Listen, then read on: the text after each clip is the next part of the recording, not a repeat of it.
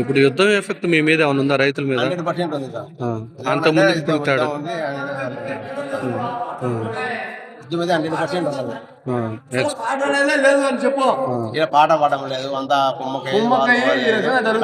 తెలిసి తెలియక ఇచ్చినామంటే మళ్ళా పక్కన ఇవ్వమంటే మీరు డామేజ్ చేస్తాము. కాబట్టి దీనికి గవర్నమెంట్ సరైన చర్యలు తీసుకొని వచ్చే రైతులకైనా బాగుపడాలని కోరుతున్నాం సార్. ఇదైతే అన్యాయంగానే ఉంది. ఈ దుఃఖాల మార్కెట్ మాత్రం ఘోరంగానే ఉంది, పరిస్థితి బాగాలేదు. అసలు ఇప్పుడు మీరు పెట్టిన పెట్టుబడులు వచ్చినాయి సార్.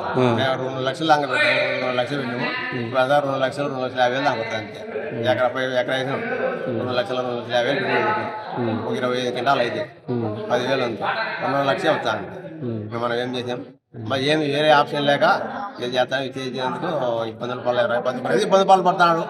గవర్నమెంట్ ఏం చేయకపోయినా గిట్టుబాటు ధర కల్పించి సార్ ప్రభుత్వం తనిఖీలు చేసి ఏంది సమస్య అనేది పరిష్కరించి బాగుపడతాం, లేకపోతే ఇబ్బంది.